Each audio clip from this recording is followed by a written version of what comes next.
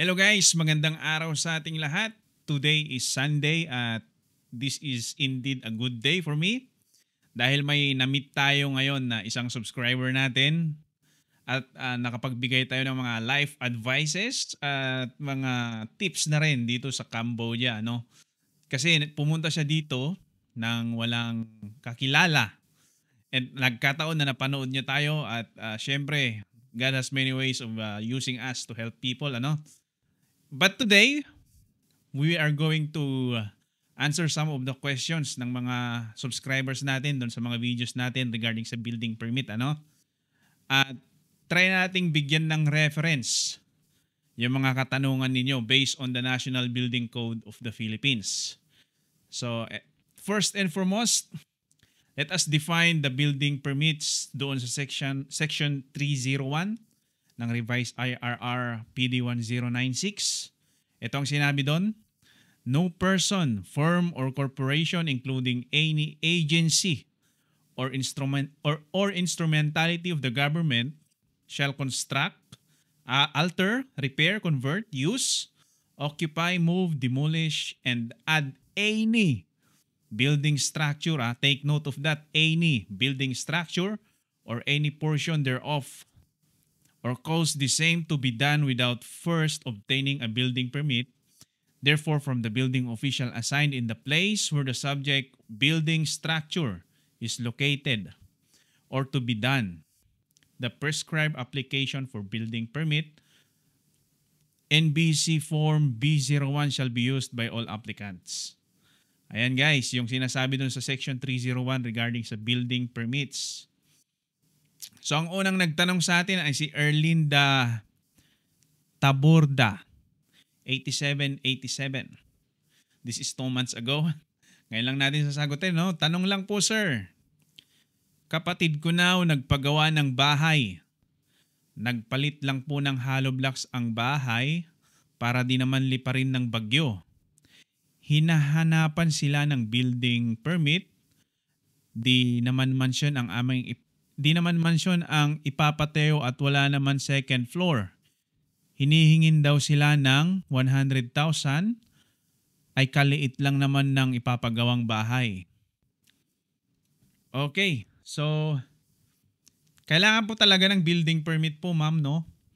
Kasi doon sa definition natin, doon sa building permit ay any structure. Well, may exemption na kung indigenous material ang ginamit mo, pwede kang ma-exempted doon sa fees ng building permit, but you are not exempted for the building permit application. So ano nga bang kailangan nating i-prepare or kailangan mong i-prepare to obtain a building permit? Meron po tayong listahan yan.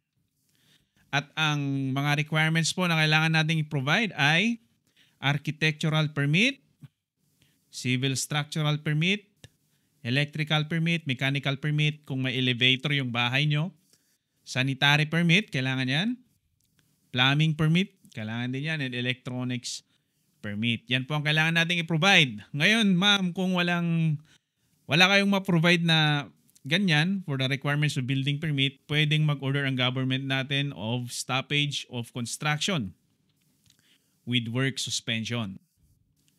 Pwede rin po tayong mamulta dahil nagpatayo tayo ng building na walang building permit. Pwede rin nilang ipa-demolish yung structure na natayo na ninyo na walang building permit.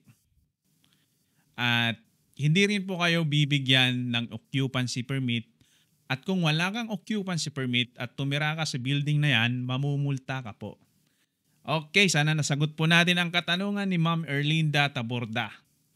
Our next question. Sir, maliit lang na bahay pero concrete siya. 16 by 16 square meters. Exempted ba yon sa building permits? Hindi po siya exempted, ano? Kasi po kahit kahit sabihin na natin na 5 by 5 yung bahay mo or sabihin na natin na 10 square meters yung bahay mo, hindi pa rin po siya exempted dahil sinabi natin kanina doon sa building permit definition na any building or structure kailangan mag-provide ng building permit. However, may mga minor constructions tayo pero hindi kasama yung family dwellings or yung mga residential house. Yung mga exempted sa building permit ay yung mga outhouses. Tingnan na lang natin doon sa code. Ito po ang sinasabi dyan sa batas natin. Number 3, exemption from building permits. A building permit shall not be required for the following minor constructions and repairs. So, hindi lang po sa minor construction pwede tayong ma-exempt, no? Exempted po tayo sa repairs. Pero titingnan natin yan mamaya. Kasi may mga questions tayo about sa repairs naman. Provided this shall not violate any provision of the code and this IRR. A. Minor constructions. Ito na, sasagutin na natin. Sheds, outhouses, greenhouses, children's playhouses, aviaries. Ito yung mga lalagyan ng mga ibon. Poultry houses and the like, not exceeding 6 square meters in total area, provided that they are completely detached from any other buildings and are intended only for the private use of the owner. So, kung napansin nyo po, hindi kasama dyan yung residential house or residential building. Yung mga naka-detach lang po sa main building natin, yung mga exempted or yung mga minor constructions na sinasaad dito. And even if na may exemptions for the building permit para sa mga ganitong klaseng structure, may limitations lang po ang area ng mga exempted sa building permit natin.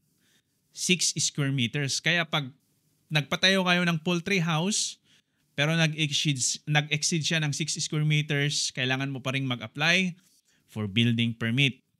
Sana po ay natulungan natin si Mr. Gel Roya Gabotan. Alright, next question. This question is from Mr. Ricky Toling, 5507. Sir, dapat ba kumuha ng building permit yung sukat 20 square meter lang? Salamat. Kagaya ng sinabi ko kanina, pero hindi kasi sinabi ni sir kung ano ang structure na to. Is this a residential house po? Residential building or outhouse or greenhouse? Pero kahit greenhouse to or outhouse, yung sinabi natin kanina sa batas, yung sinabi natin kanina na yung mga exempted lang ay dapat hindi lumampas ng 6 square meters. So dahil lumampas po yan ng 6 square meters, which is 20 square meters, kailangan mo pa rin po na mag-apply for a building permit.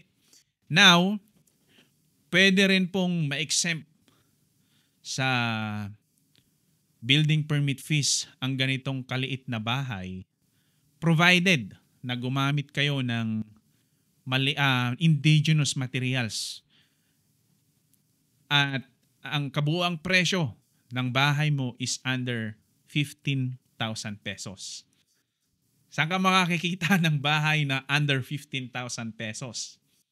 Pero yan ang sinasabi ng batas. Ayan, Section 209, exemption. Public buildings and traditional indigenous family dwellings shall be exempt from payment of building permit fees. So, ang sinasabi dito guys ay kailangan mo pa ring mag-apply ng building permit. However, you are exempted for the building permit fees. As used in the code, the term traditional indigenous family dwelling means a dwelling intended for the use and occupancy by the family of the owner and constructed of native materials such as, ito na yung mga materials na considered as indigenous materials: bamboo, nipa, logs or lumber, the total cost of which does not exceed 15,000 pesos. Ayan, sana nasagot natin yung tanong ni Mr. Ricky Toling, 5507. Next question. Ito namang tanong na to is from Hermogens Pilonio, 8988. Boss, yung bahay ko may extension na harap at likod, walang permit to. Maliit lang kasi bahay dito sa amin, through Pag-ibig, 32 square meters lang. Ngayon, balak kong taasan sana. Kalahating bahay tubular lang gamit. Di kaya ako masita pag kumuha ako ng building permit. Unang-una sa lahat, kailangan mo ng building permit. Ano ba yung tanong? Di kaya ako masita pag kumuha ako ng building permit. Okay. So, kailangan mong kumuha ng building permit ayon sa batas natin. Any structure kasi ang nakalagay sa batas natin. Ngayon, masisita ka dyan. Kasi ang sinabi sa batas, add any building or structure. Nagpagawa ka ng building na walang building permit. Ang mangyayari dyan ay magmumulta po kayo. At tatalakay natin yung about sa multa doon sa mga later questions na nabasa ko. I-discuss natin yan. Pero ang sagot sa tanong mo, ngayon bala kong taasan sana kalahating bahay, tubular lang gamit, di kaya ako masisita pag kumuha ako ng building permit. Masisita po kayo at mamumulta po kayo. May mga obligations po kayo sa batas na dapat bayaran dahil nagtayo kayo ng bahay na walang building permit. At considering na nag-add din kayo ng mga structure dyan sa building na yan, sabihin na natin na nakakuha ka ng building permit before doon sa unang part ng bahay mo, tapos sinabi mo kanina na naglagay ka ng extension sa harap at likod, ano? Ang pag-add po ng area ng bahay, nag-construct ka ng bedroom, sabihin na nating bedroom doon sa harap at maybe another bedroom sa likod, kailangan mo pong mag-apply for a building permit. Okay? Tapos pag maglalagay ka ng second floor, makaka-apekto po yan doon sa structural integrity ng bahay po ninyo. Ano? Dahil ang sinabi dito sa repair works, ito yung repair works na to ay basis for the exemption of building permit regarding repairs. Ang sinabi dito, repair works not affecting or involving any structural member such as replacement of deteriorated roofing sheets or tiles, gutters, downspouts, fascias, ceiling, or sidings. Yun po, dahil naglagay ka ng additional structure doon sa bahay mo for second floor, magbibigay po yan ng karagdagang bigat doon sa structural columns or beams ng bahay mo. So hindi po yan kinonsider noon nung dinesign ni engineer yung bahay kung nagpa-design kayo before. So yun po, sana nasugot natin si Mr. Hermogenes Pelonio, 8988.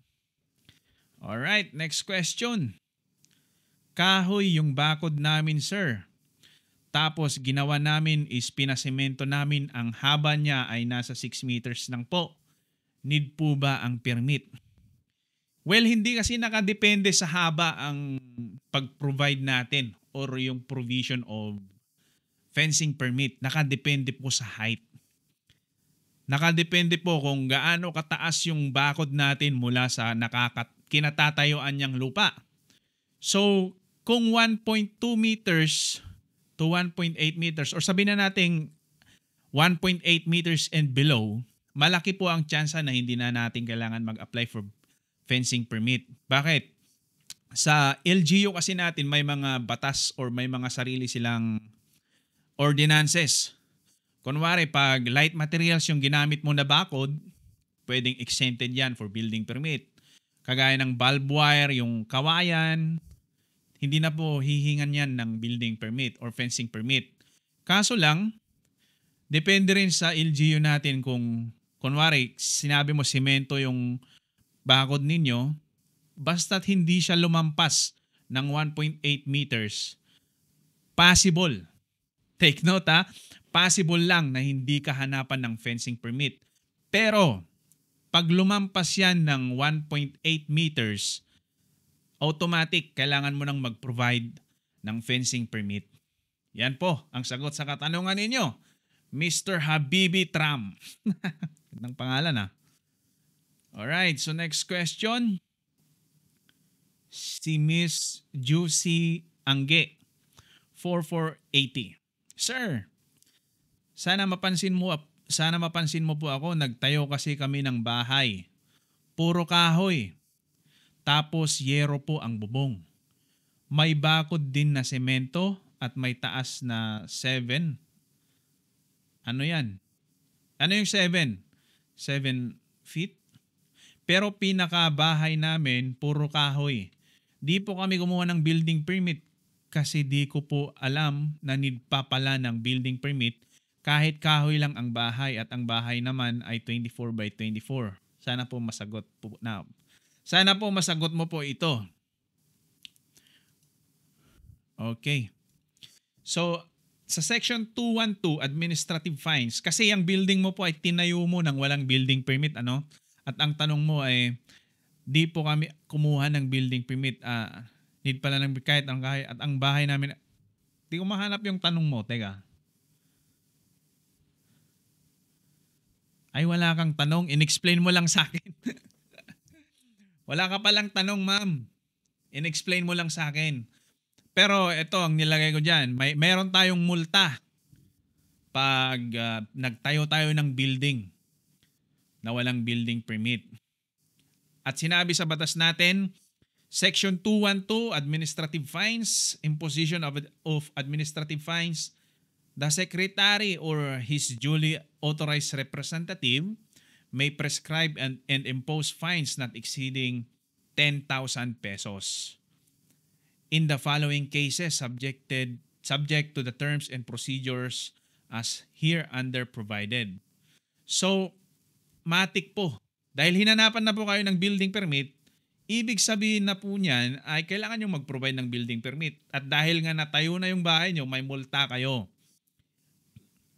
At sinabi sa batas natin, hindi lalampas ng 10,000 pesos in the following cases. So, ibig sabihin, may mga parameters pala yung multa natin, ano? May vlog tayo regarding dito. Pwede nyo siyang check.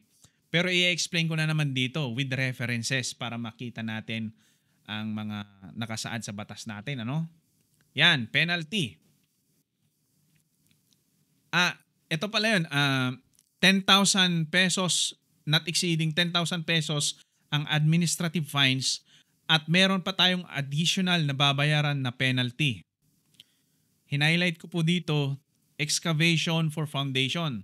Ibig sabihin po nito, pag nakapaghukay na kayo para sa bahay ninyo during the construction to naghukay na kayo ng bahay ninyo tapos may sumita sa inyo na kailangan yung binang building permit bago kayo magtayo ng bahay pero nakapaghukay ka na ng foundation doon sa lupa.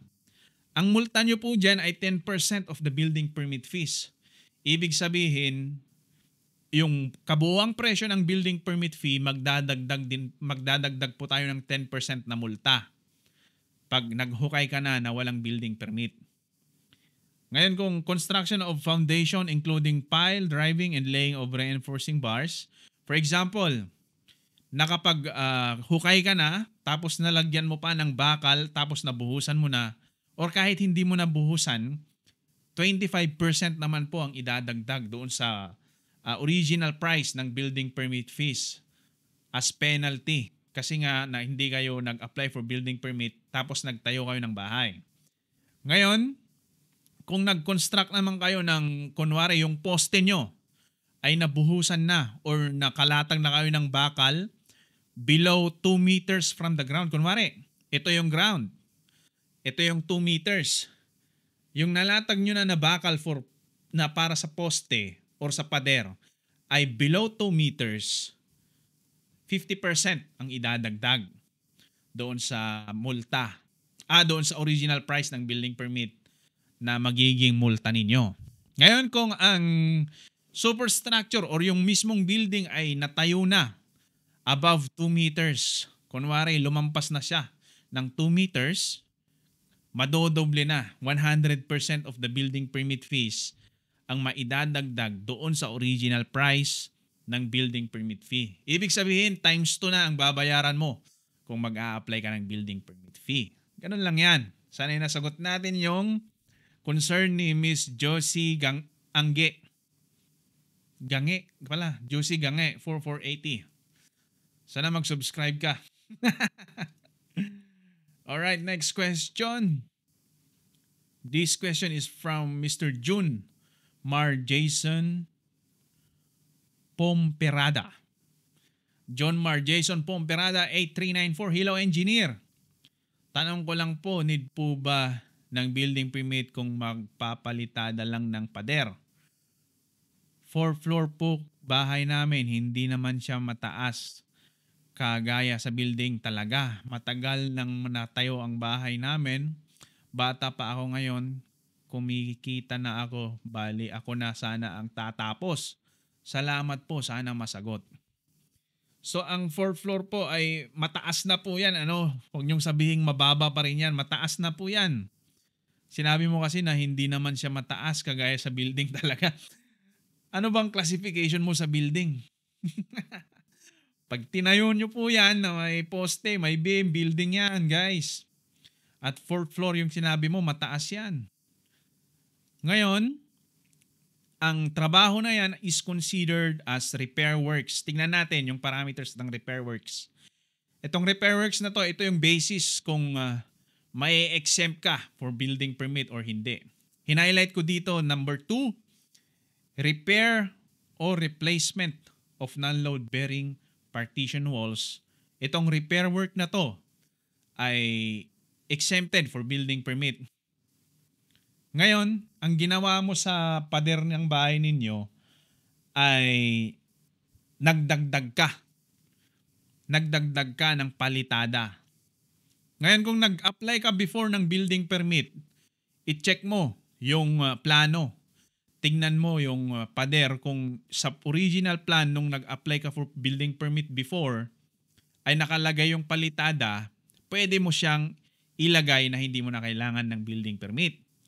Ngayon, kung hindi nakalagay doon na ang palitada, magiging additional part yan ng structure at magdadala yan ng bigat doon sa beam natin at poste. At ang sinabi dito, repair or replacement lang. Tingnan natin sa number 3 Repair and or replacement of any interior portion or a house not involving addition or alteration. Ibig sabihin yan, pag nagdagdag ka ng structure or nagpalit ka ng pader, kung kunwari dati yung pader mo ay plywood at pinalitan mo ng masonry na concrete hollow blocks, kailangan mo po ng building permit. Hindi po siya exempted. Ganon po ang sagot sa katanungan ni Mr. John Mar Jason Pomperada. Next question. Itong tanong na to is from Miss Tyrene, 17, H2Y. Paano naman po yung expired na po yung building permit at hindi pa po tapos yung bahay? Ano ang mga requirement for renewal po? Salamat po sa sasagot. Ang kasagutan po diyan, ma'am, ay uulitin nyo lang yung proseso. Kung nakapag-apply po kayo before ng building permit at nag-expire, uulitin nyo lang po yung proseso. At mas madali na siya. Kasi before, provided mo na lahat yung mga requirements. At imposible namang hindi ka gumawa ng kopya noon na original copies. Ipa-photocopy mo, then apply for another building permit at magbabayad ka na lang ng building permit fees. Sigurado ako, kung nakapag-apply ka before, makakapag-apply ka din ngayon. Yon. Salamat, Miss Tyrene.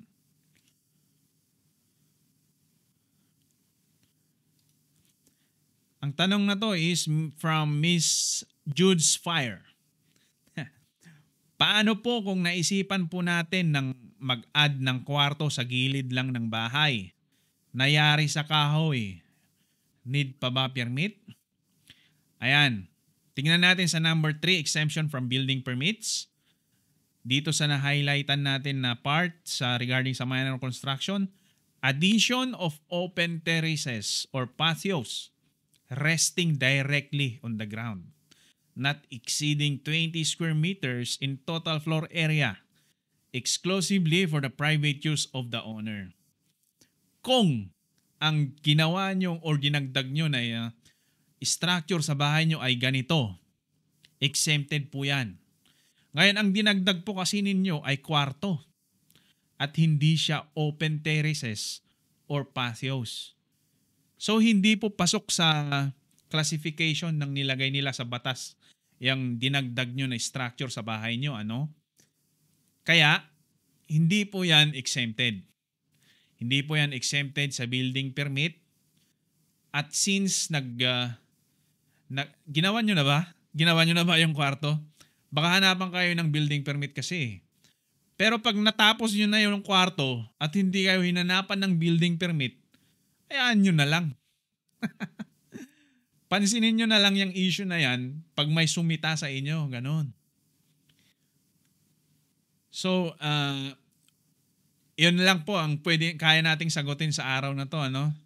And I hope we can provide more answers in the next episode.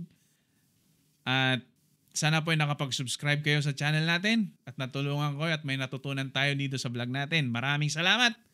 Bye. Peace.